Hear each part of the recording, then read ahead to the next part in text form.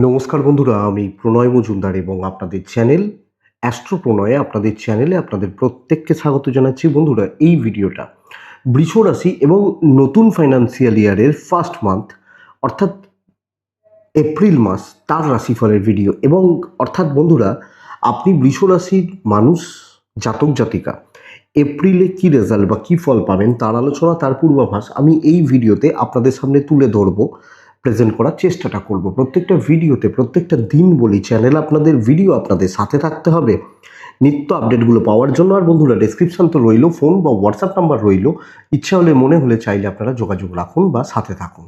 তাহলে চলুন শুরু করা যাক। বৃষ রাশির মানুষজন এপ্রিলে কি রেজাল্ট পাবেন, যা ট্রানজিট দাঁড়িয়ে রয়েছে। অম্লমধুর ব্যাপার চলবে, অম্লমধুর একটা ব্যাপার চলছে। দেখুন, দ্বিতীয়ায় বৃহস্পতি, দ্বাদশে কিন্তু রবি শুক্রের যোগ তৈরি হবে, একাদশে আবার শনি। এই কানেকশনগুলো কিন্তু ভীষণ এফেক্টেড। প্রথম কথা বলবো, গুরুজন বা সিনিয়র যারা মানুষ রয়েছেন আপনার বা আপনাদের বাবা মা বা এজেড পারসন যারা রয়েছেন, তাদের হেলথ অবশ্যই লক্ষ্য রেখে চলতে হবে। ছোট ভোগান্তিও কিন্তু বড় আকার ধারণ করতে পারে এবং মেডিকেল এক্সপেন্স বেশ ভালো রকমভাবে আপনাদের ক্ষেত্রে ভোগাচ্ছে।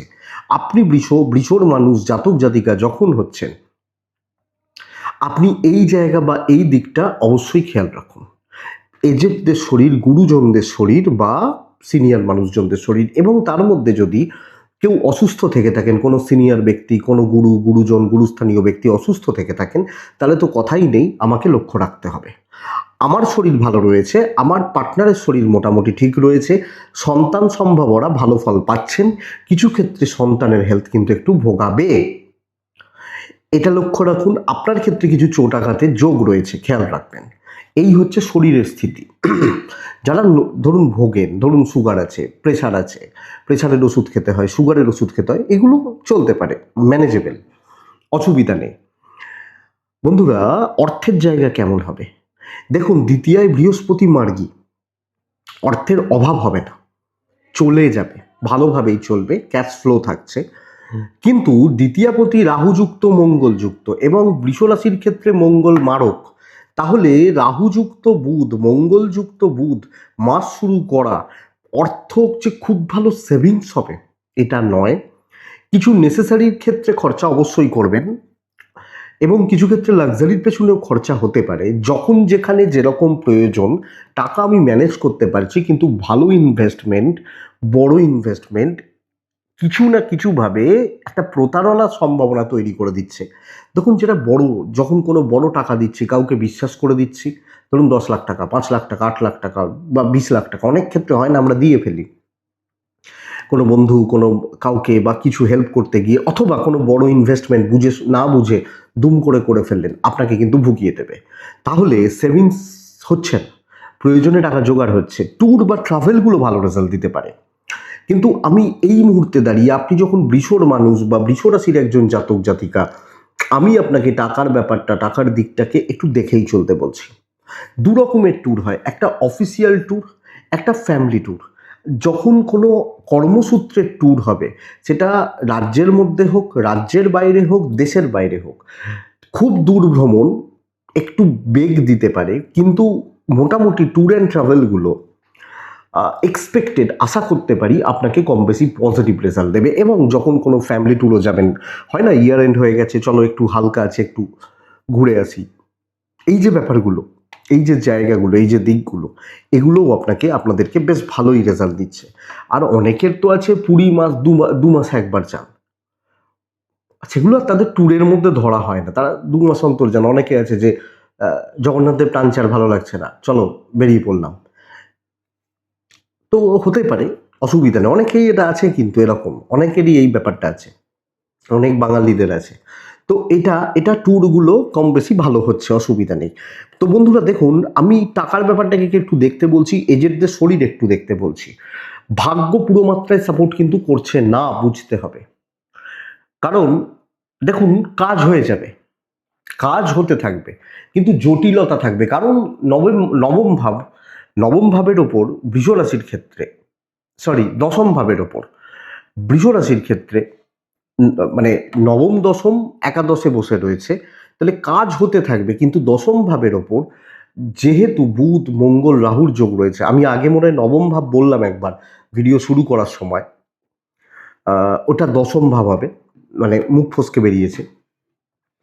তো বন্ধুরা, চাকরির জায়গায় তালগোল একটা পাকিয়ে রয়েছে, যদিও আলটিমেট জয় আপনার হচ্ছে, আপনার হবে বা আপনাদের হবে বলতে পারি, কিন্তু একটা তালগোল পাকিয়ে থাকা, একটা ঝঞ্ঝাট, একটা কেমন একটা অস্বস্তির পরিস্থিতি, এটা কিন্তু চাপবে।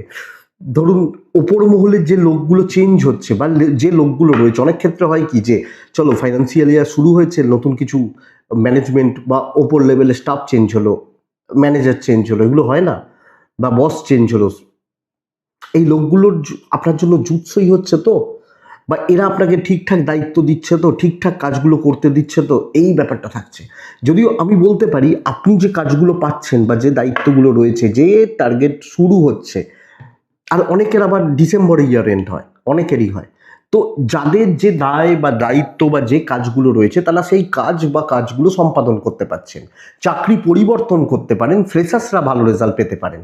আপনি যখন একজন ফ্রেশার্স ছেলে বা মেয়ে এবং চাকরি সূত্রে দূরযাত্রা করতে পারেন, কিন্তু অথরিটিস, কলিগ, ম্যানেজমেন্ট বা ম্যানেজমেন্টের যে সমস্ত লোকজন রয়েছেন আপনাকে একটু দেখতে হচ্ছে, বুঝতে হচ্ছে, এটা ব্যাপার।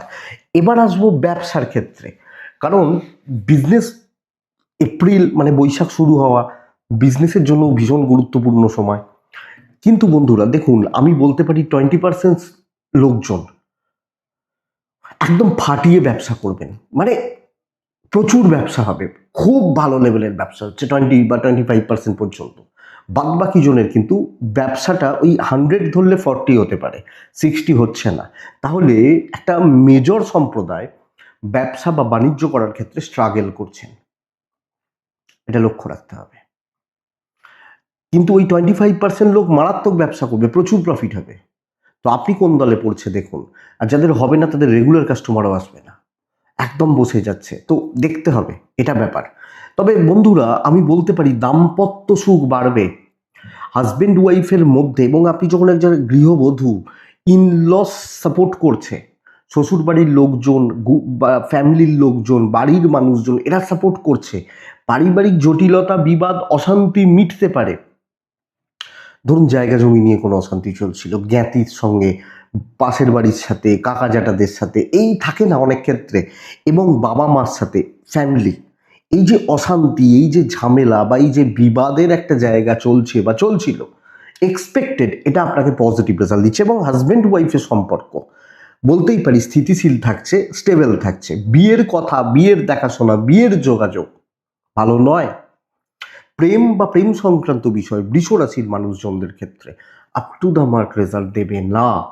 তাহলে প্রেমে চাপ রয়েছে, প্রেম সংক্রান্ত বিষয়গুলোতে চাপ রয়েছে, বিয়ের যোগাযোগের জন্য সময় ভালো হচ্ছে না, বরং দাম্পত্য জীবনে স্থিতিশীলতা, সম্পর্কের মধুরতা এবং বন্ডিং ভালো হওয়া।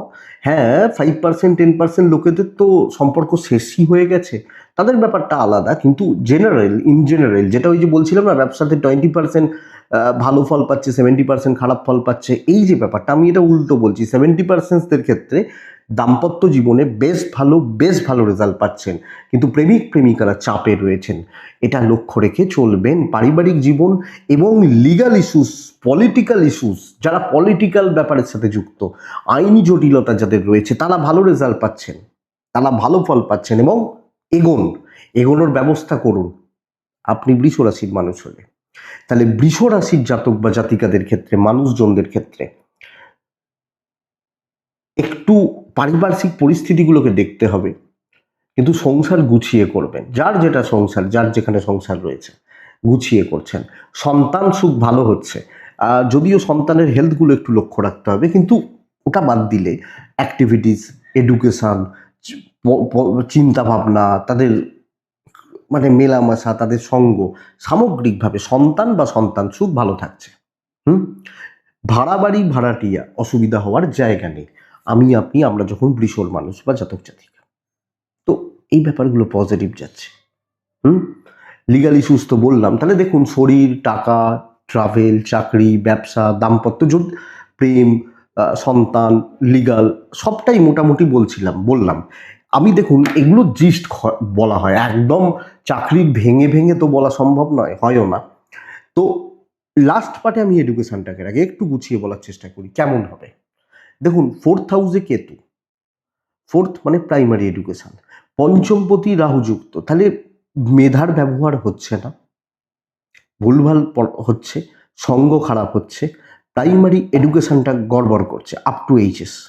হ্যাঁ, নবমপতি একাদশে বসে রয়েছে, যারা এইচএস পরবর্তী ধাপে এগোচ্ছেন, অনেক কটা পরীক্ষা রয়েছে, গ্র্যাজুয়েশনের যে ভাগগুলো রয়েছে, বিবিএ, বিসিএ, বিটেক বা ফার্মা, কোনো হোটেল ম্যানেজমেন্ট, হসপিটাল ম্যানেজমেন্ট, এই ধরনের এডুকেশন বেশ ভালো, মাস্টার্স লেভেল খুব ভালো। এবং বন্ধুরা আমি বলতে পারি যারা পিএইচডি করছেন, রিসার্চ ওয়ার্ক করছেন, মানে কোনো রকমের রিসার্চ করছেন, বিদেশে গিয়ে কোনো রকমের এডুকেশন করছেন, বিদেশে গিয়ে কোনো রকমের পড়াশোনা করছেন, এটাই সময় আপনি যখন ভীষণ মানুষ বা জাতক জাতিকা, তাহলে এইচএস পর্যন্ত এডুকেশন সাবধান, বা ওই এডুকেশনের জায়গাটা, স্পেশালি সঙ্গ, বন্ধুত্ব, কাদের সাথে মিশছি, কোন জায়গা, কোন ছেলে মেয়েগুলোর সাথে মিশছি। অনেকে বলে ও আমাকে ওটা করিয়ে দিয়েছে, ও আমাকে ওটা খাইয়ে দিয়েছে, হয় না, যে বলে যে ওর ছেলেটা খারাপ, ওর ছেলেটার সাথে মিশে মিশে আমার ছেলেটাও নেশা করছে। ভুল কথা, অবশ্যই ভুল কথা। তোমার ছেলে বা তোমার ইচ্ছা ছিল, সে জোর করে তোমাকে খাইয়ে দেয়নি। সেই বাচ্চাদের যেমন সেই বলে না, বাচ্চাদের কিছু ওই গোদল বাটি করে খাওয়ানো হয়, মায়েরা খাওয়ান, আগেকার দিনে খাওয়ানো হতো অবশ্যই, এখন অনেক মায়েরা খাওয়ান না, কিন্তু একটা বাচ্চা, একটা 1 বছরের শিশু, তার ব্যাপারটা আলাদা। আপনি একটা 20 বছরের ছেলে বা একটা 30 বছরের মেয়ে, আপনাকে জোর করে কেউ কিছু করিয়ে দেবে, আপনি করে নেবেন? তাহলে আমার ইচ্ছা ছিল, কথার কথা। তো এইটা শিক্ষায় সফলতা জায়গা রয়েছে, পারলে কাজে লাগান, কিছু জায়গা সাবধান থাকুন, অনেক কটা জায়গা ভালো হচ্ছে। দ্বিতীয়ায় বৃহস্পতি, একাদশে শনি, পুরো ফল, পুরো লাভ তুলতে হবে। শুধুমাত্র বুদ্ধি, চিন্তা ভাবনা, স্বচ্ছতা রাখুন। কৃত্তিকা নক্ষত্র, আপনাকে কেউ হারাতে পারবে না। রোহিণী নক্ষত্র, বন্ধুরা লড়াই করে এগোতে হবে। মৃগশিরা নক্ষত্রের জাতক বা জাতিকা, মৃগশিরা নক্ষত্রে প্রচণ্ড পাজেল থাকা, অ্যাংজাইটি বাড়া, টেম্পার ধরে রাখতে সমস্যা, দেখে নিন। এটাই এপ্রিলের রাশিফল। আশা করব 5% ভিডিওটা চলতে সাপোর্ট করবে। এটুকুই থাক, ভালো থাকুন, সুস্থ থাকুন বন্ধুরা। অবশ্যই আপনারা প্রত্যেকে সকলকে নিয়ে শান্তিতে থাকুন। নমস্কার।